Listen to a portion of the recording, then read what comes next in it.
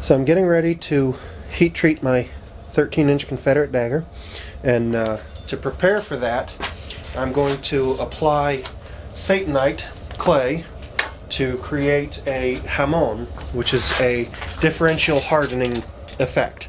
I've got two different thicknesses of clay. They're both Satanite, straight Satanite and water.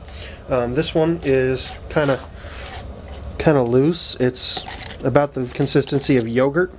You see there, it just kind of pops off. And then what I'll actually make the pattern out of is much thicker. You know, it's kind of, well, it's just thick. Not sure what you would compare that to.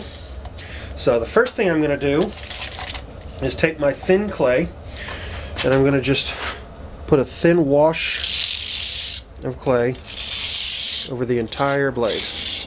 And you can see I'm just scraping most of it off.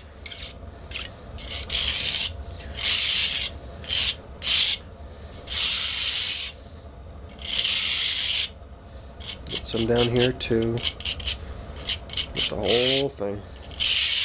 We'll get the other side.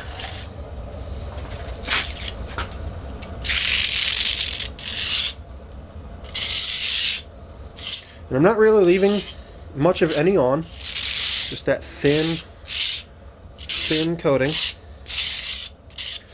This does a couple of things if you're interested.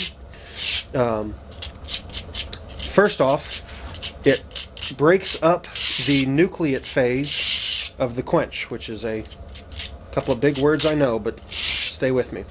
When you quench a blade into water, or in my case metallurgical oil, the very first thing that happens is the blade is so hot that it atomizes the quenching medium, which is a bad thing, because in order to quench properly you want the quench medium actually in contact with the hot blade. Get it down to temperature fast enough. Right here I'm taking the thicker clay and I'm just going to apply a ridge right down the center, trying to keep things fairly thin and even. It's not really easy, but you just kind of back and forth and get it. As with all things dagger, it's not as simple as I'd like it to be, but oh well. So we're just going to smear that back and forth.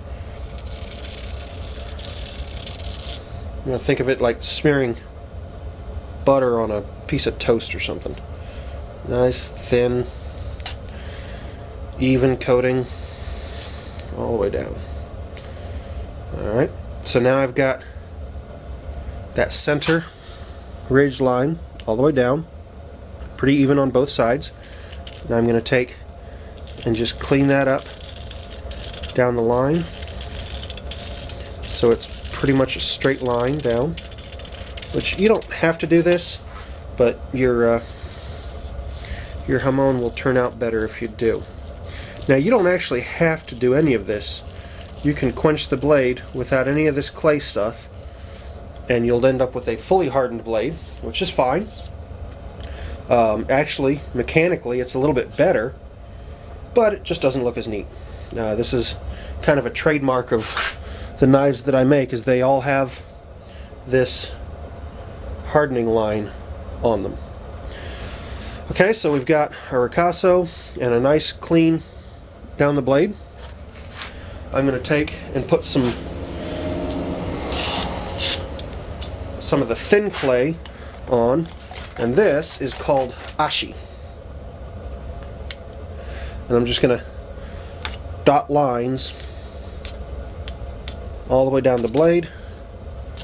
This is a little harder to do like this, but whatever.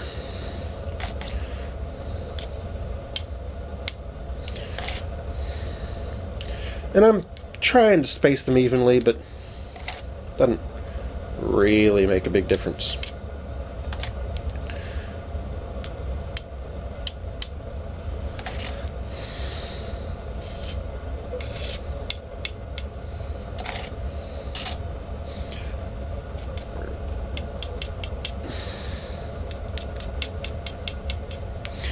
Alright, so there's one side. Oh, way too much clay.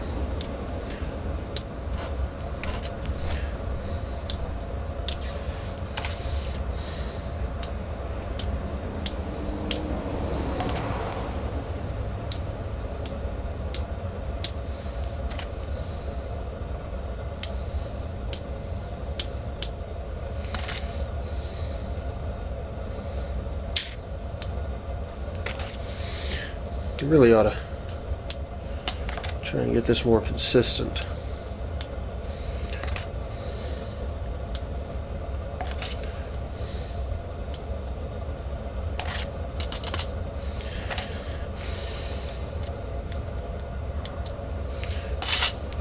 Now we don't want that clay running right up to the edge, so I'm just going to go back and scrape that last 1/8 of an inch of the blade.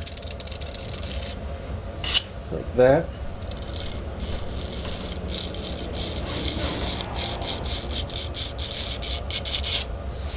Both sides. I don't want that much of the tip hard, so we're going to come out here and get some out there. Alright. So that is one side. Now I'm going to flip it over and do the other one. As I was saying earlier, the nucleate phase and the other fun things that clay does for you. It breaks up the nucleate phase, creating a more efficient quench, so that the blade is hardened more efficiently with less stress during the quench. It also allows me to create this fun pattern that we were talking about earlier called jamon, which I like because it just looks nice. Doesn't particularly add to the strength or resilience of the blade any more so than just doing a spine temper would later. It is, in my opinion, verifiable that having a hard edge and a soft spine is better for a knife. This is one way to get that. It's not the only way. It may not even be the best way, but I think it's the prettiest way, and that's why I do it. So we get everything there nice and even and clean. There we go. Other side. Go back to our thin clay.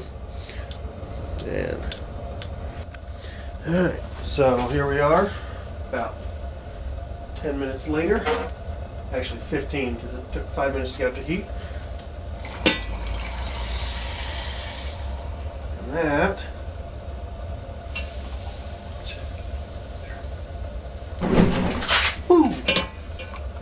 is fun. Haven't done that in a while.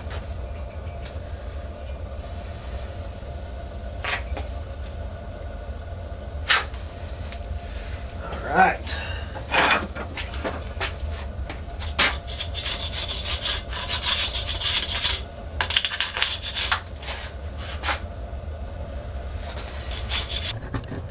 Grind it on a old beat up 80 grit.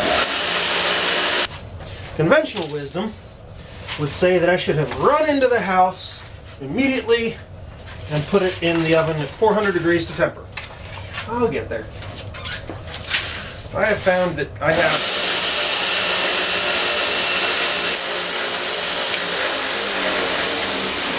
now, if you look real close, you'll see right there on the edge that wavy, frosty looking stuff. That, my friends, is hard steel, and that is going to be a really cool looking dagger when I'm done. So now we go put it in the temper.